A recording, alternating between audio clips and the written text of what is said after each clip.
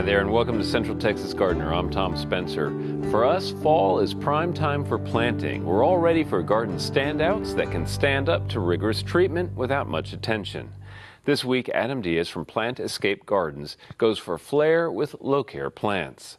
On tour, let's visit a master gardener whose day job meant a design that works while she's at work. Lindy McGinnis set out to attract wildlife when she renovated her 40-year-old yard. It's been a 10-year process, and she's not finished yet. The starting point for her design was that she and husband Larry wanted to share their homestead with wildlife of all kinds. Lindy became a master gardener to learn more about the plants she wanted to entice them. I just wanted to be more involved with the gardening community. I wanted to learn more about gardening, and it's a great organization for doing both. If I'm not working, I want to be outside. I want to be in my garden or any garden. In back, old trees dominate, where Lindy's counted 50 bird species and watched many nestlings grow up. Whenever I see something new, it's just like a success to me. They built a deck to watch the birds, armadillos, foxes, and other wild friends that call on them. Cow panel makes it easy to see what's going on below, even while sitting.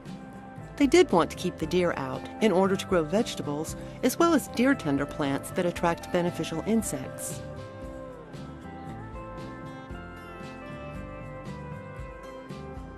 Again, they chose cow panel. They wanted to stay connected to their neighbors and maintain the park-like atmosphere. Also, little animals can scurry through on their rounds.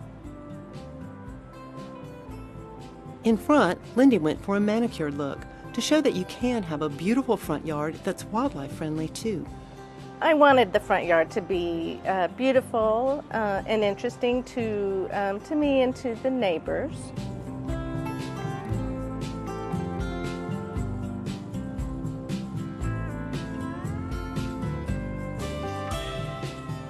The neighbors stop all the time and they want to talk about certain plants, and they're always very pleased with the fact that it's not traditional, but it's still really pretty and interesting.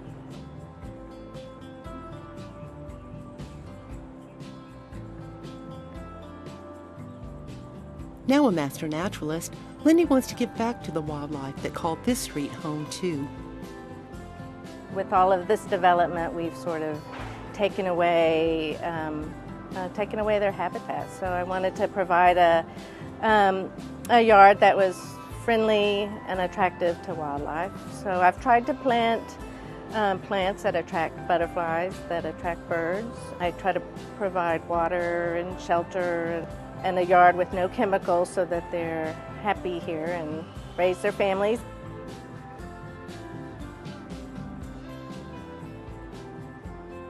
There are plenty of native plants that are happy both in shade and sun, so I've just tried to work with what I have, using as many natives as I can to provide food and color and interest in both shady and sunny areas.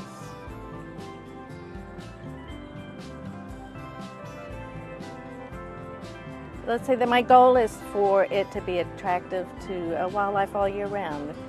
Be it through flowers, be it through berries, be it through seed heads on grasses. Lindy also attracts with her creative spin on homemade projects.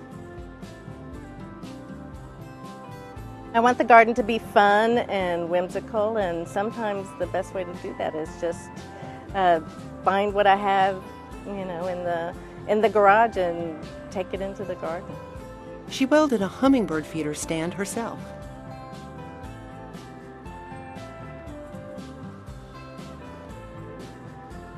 She used leftover cow panel to make trellises to plant with vines for wildlife food. I see a need. We try to find a way to do it with materials we have on hand. Try to do it in a way that's not terribly expensive, that's easy to accomplish. This has been a 10-year project, and I think the wildlife, the interest in wildlife has come. I've always been interested in wildlife, but bringing wildlife into the garden has evolved over the years. So while I was trying to develop a beautiful garden, I learned along the way that that the garden is more beautiful when there are butterflies flying, when I see lizards in the yard, when I have spiders in the yard, when I see animals raising their young in the yard. That just makes it all very special. Thanks, Lindy, for sharing your garden with us. And now we're going to be talking about some standout plants that can really stand up to the heat. We're joined by Adam Diaz from PlantEscape Nursery, and welcome back to Central Texas Gardener. Thank you, Tom. It's always great to have you on, and PlantEscape down in South Austin, a unique kind of nursery where I remember years ago when you started off, you were trying to blend art and the plant world. Are you still doing that down there? We are. We still have the art gallery and the organic garden center there on South First Street. Okay, that's great. And what's new? What's happening down at PlantEscape? Well, we are still focusing on having local artists and having just regular shows, art receptions, and having our organic vegetables and herbs and native plants and drought-tolerant organic products. That's great. And I know that one of the things that, and I can see the results because you shared some of the images with me, you've really gotten into the landscaping side of the business in a big way, and I love what I see in your work. Well, thank you. Yeah, I started a landscape design company called Stone Crop Design, and we've been doing some really fun, interesting things. Yeah, real creative use of hardscape, and one of the things, I love this kind of landscape look for Austin. Lots of the limestone, lots of the granite, things like that. But when I look at some of the images you show, it really seems like the plants have kind of a sculptural quality in the garden. Yeah, I'm always looking for something that has structure to it, something that kind of pops out at you. It's real fun doing something like that, and on a minimal level too. Yeah, and minimal plantings make a lot of sense, and you know, some people like the real exuberant gardens, but I think that the other side of the aesthetic is equally valid and can be just as beautiful. And one of the things that I really like in your work is that you've created a lot of really cool raised planters and raised metal bowls and other kinds of things to really showcase some of these plants. Yeah, we do a lot of steel work and like using metal dishes and metal containers. I was using metal pipes, and we just plant them up with the right plants and let them flow and pop out, and they look great as long as, and they're low maintenance too. Right. Well, that's the thing. You've got to choose the right plants and those kinds of things, and you've done a great job with that, it looks like. And we're going to be talking about some of these plants that have a lot of different appeals. I mean, as you indicated, these are plants that are going to be tough, that are low maintenance. Usually that means xeric down here, meaning they can stand up to drought. But they also have that kind of quality that you like, which is that they really stand out and have that kind of a sense of themselves, if you will. We're going to start by talking about a diceo that's called Red Devil. And, 15 years ago, nobody knew what a diceo was in Central Texas, but now you see them in gardens everywhere, and these are tough, hardy plants. Yeah, they're really tough. This particular one has a really good color, and they multiply. They produce little pups, and they flower. Very drought tolerant, look good in containers, in metal containers, or in the ground. Right. Well, I love them. It's like an aloe or a sotol, except more attractive. It has that lustrous quality to the leaf, often kind of bright colors to the foliage as well. But we also know why it gets the name Red Devil. Yeah, we do. It's got some sharp spines along the edge there. You got to wear gloves if you're working with these plants. Definitely, they're kind of mean. But takes all the basic care kind of requirements of the plants we've just referenced. Well-drained, sun, just a good plant. Right next to it is a plant I know absolutely nothing about, and you're real big on. It's Calabanus? Calabanus hookeri. Calabanus hookeri. Okay, so tell me more about this. It is a desert plant. It has a wonderful caudix, and that's the kind of bulbous projection that the leaves are coming from. Yeah, and then it has that ponytail type foliage, that grassy foliage, and it just does really great in containers. I have had it in the ground too, and it's cold hardy. Yeah. Well, I love, almost anything with that blue-green color I'm going to love. But add the blue-green color to the form of this plant, and it's really striking. How big does it get? It can get probably, as far as I've seen, 2 times, 3 times bigger than that. The caudics I've seen maybe a foot in diameter. Yeah. Okay, so a really showy kind of sculptural quality to the base of the plant, and then that kind of light and airy top, which is a kind of a neat combination. So again, Calabanus hookeri, and it just very appealing, and I could see that being in a container or a showy bed all by itself even. Yeah. Next to it, we have one of my all-time favorite plants, sweet olive, and in one of the garden images that you share with us, you use this plant in what looks like a screening capacity, right? Yeah, we created these steel panels, and underneath the panels we used a row of the sweet olive, and it's an evergreen, does well all year round, drought tolerant, and it has a very fragrant flower. It smells wonderful. It's actually my favorite fragrance in a southern garden, I think, is the sweet olive. Typically most fragrant during the winter times when the weather cools down. February seems to be its month, really, but insignificant little flower. You have to hunt around to see what's blooming almost because you can't see it. It's a very small little white flower. But tough, and surprisingly tough, too, for our area. I often thought this had to be a plant of like New Orleans and that area.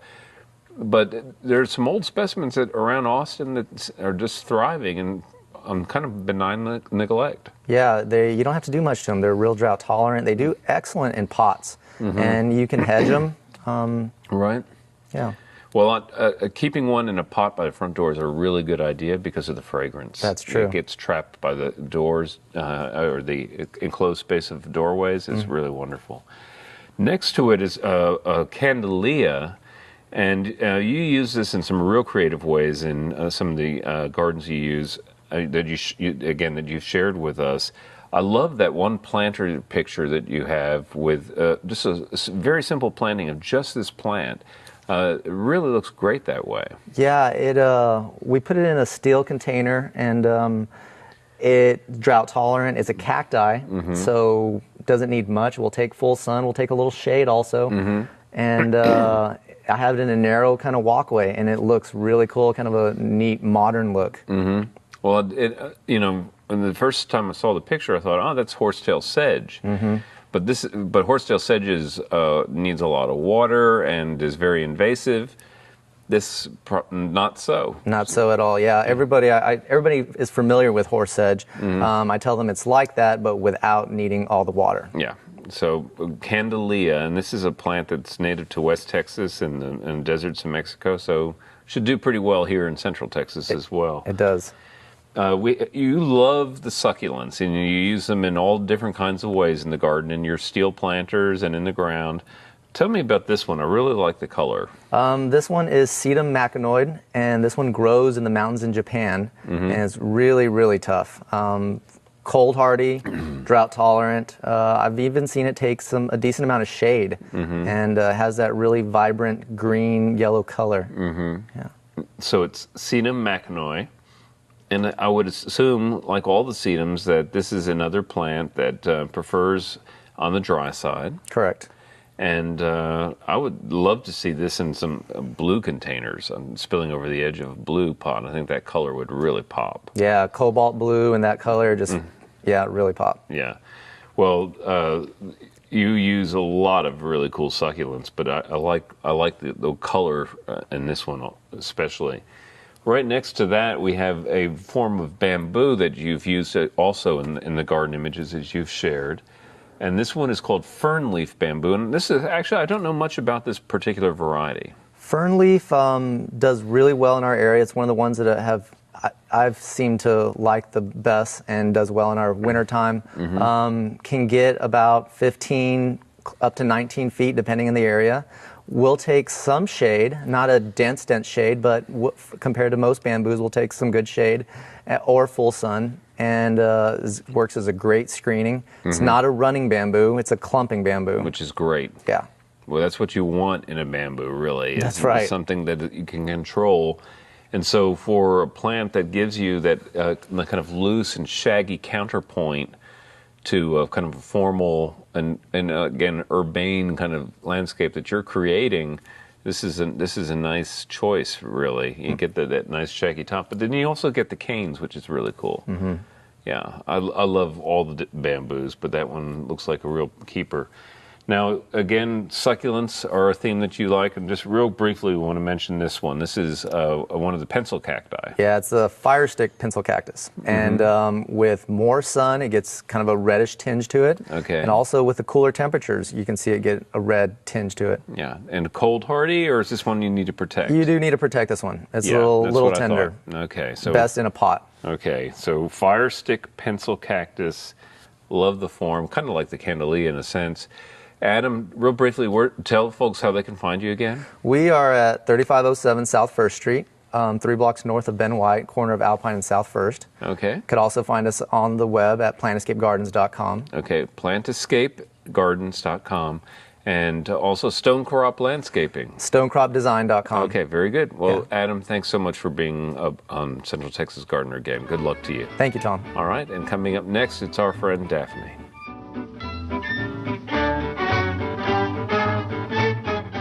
Hello and welcome to Down to Earth. Our question this week is about invading Bermuda grass into areas where you might not want it.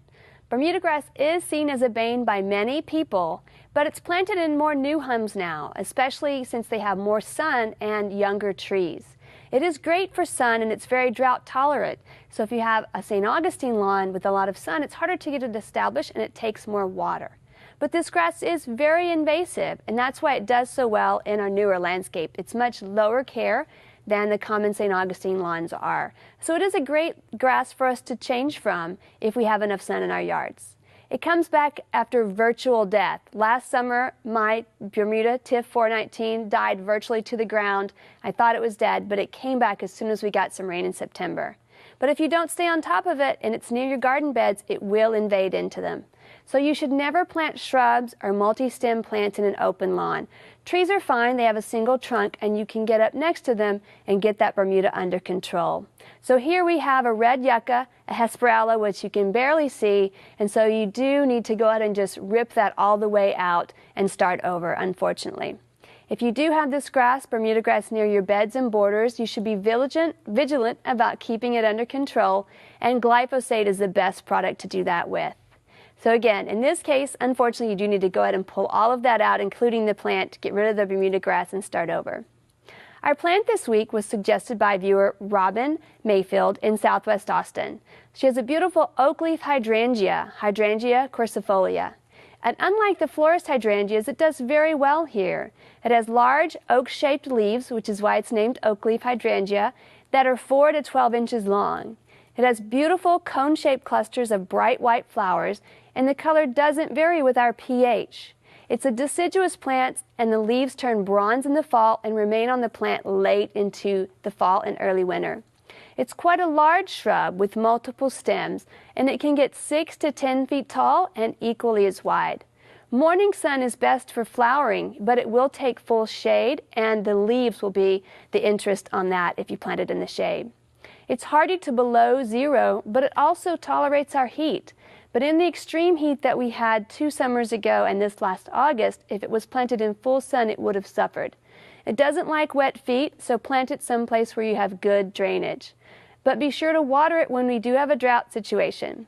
It's native to the southeastern U.S. and woodsy areas. So again, in full shade, the leaves would be very much larger and darker green, and it would have fewer flowers and be taller. To do in your garden this month, if like me, you don't fertilize your lawn too much and it does well on its own, fall is a great time even if you don't fertilize the rest of the year. If you don't have a cool season lawn such as fescue, your lawn is going dormant now.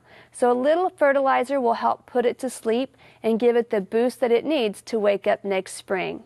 Lawn fertilizers are generally higher in nitrogen, and so the one that you want to choose this time of year would have a ratio of 3:1:2 nitrogen, phosphorus to potassium. We'd love to hear from you. So visit us at klru.org/ctg to send us your question or a plant of the week from your garden. Thanks, Daphne. Now let's check in with Trisha Shirey for Backyard Basics.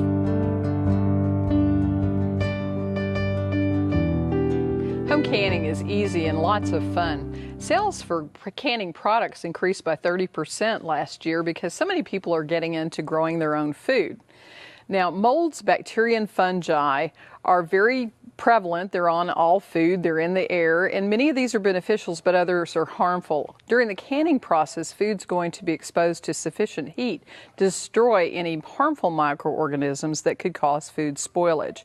Don't use canned goods if they're cloudy, foamy, off color, or have an odor. You can store canned goods for up to a year.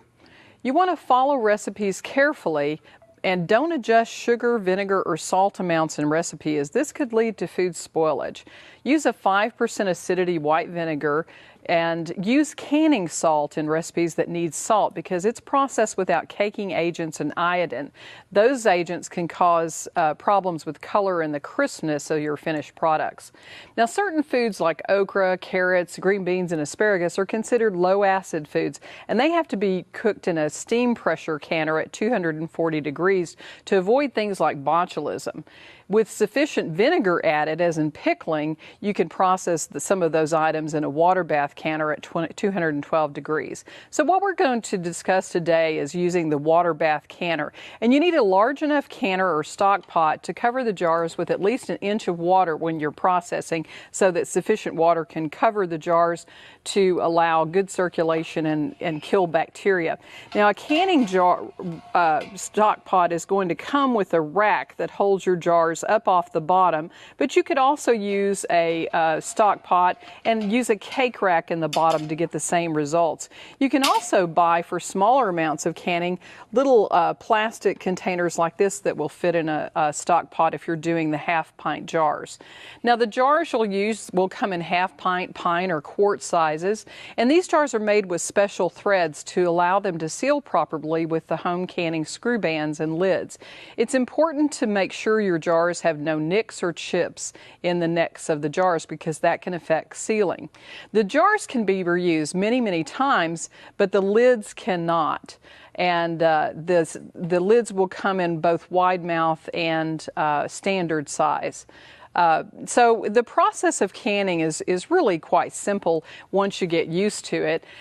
You'll wash your jars, lids, and bands in hot soapy water and rinse them well. And it's important to keep the jars warm until you're ready to use them. So I put them in the simmering water bath and heat them and then turn them upside down on a towel until I'm ready to use them. And then when it's time, you want to fill your canner half full with enough water to cover your jars with at least an inch of water. And then fill your prepared jars with your prepared food. And I use a canning funnel to make that a lot easier. And then you'll want to get any air space out of the jars, any air that's collected in the jars. And so you use a non-metallic spatula. You don't want to scratch the inside of the jars with something metal. And because air bubbles inside the jars can affect the canning. And each recipe will call for a specific head space, the open space between the top of the food and the top of the jar. And this canning spatula actually has increments on it that will help you measure the correct head space. So that's very handy. And then wipe your jars. And I put the jar rings in the simmering water bath to process those and get them ready for the canning. And this is a really handy jar lid rack, and a metallic lid lifter helps you to set the canning lids right on the jars without burning your fingers, because that was always something I didn't like doing with canning before. And then you'll put the bands on the jars. You'll wipe the jar lids with a wet cloth before you put the lids on. And put that ring on just finger tight. Don't overly tighten because that can affect the sealing process. And then these jars are going to be hot, so you lift them with a jar lifter. And you want something that has has plastic again, so it's not scratching the jars. Put that into your water bath, and again, you want at least an inch of water over the top of the jars. So again, you can use your metal spatula, your non-metallic spatula, to check the headspace, and then you'll cover this canning pot with a lid and turn it up to a boil. Once it comes to a steady boil, then you start the processing time. So it's important to have a timer and process the jars for a certain amount of time. Larger jars are going to need more canning time. Once it reaches the end of the canning time, remove the lid, turn the heat off, and allow the jars to set for 5 minutes. And then take the jars out and put them on your towel and leave them for 12 hours. Don't retighten the bands. And after 12 hours, you can check the seal to make sure that it's good seal. A seal that pops like this is not well sealed, and the jar will have to be used immediately. It can be refrigerated and used immediately. The jars can be stored up for a year. The bands should be removed and wiped to make sure there's no water caught under them. Enjoy some home canning and have a lot of fun with it. I'm Trisha Shirey for Backyard Basics. Visit klru.org/CTG to watch online, get Adam's plant list, and visit our blog. Next week, tune in for Design Philosophy. Until then, I'll see you in the garden. To learn about today's program, watch online, and follow CTG's blog, check out klru.org/CTG.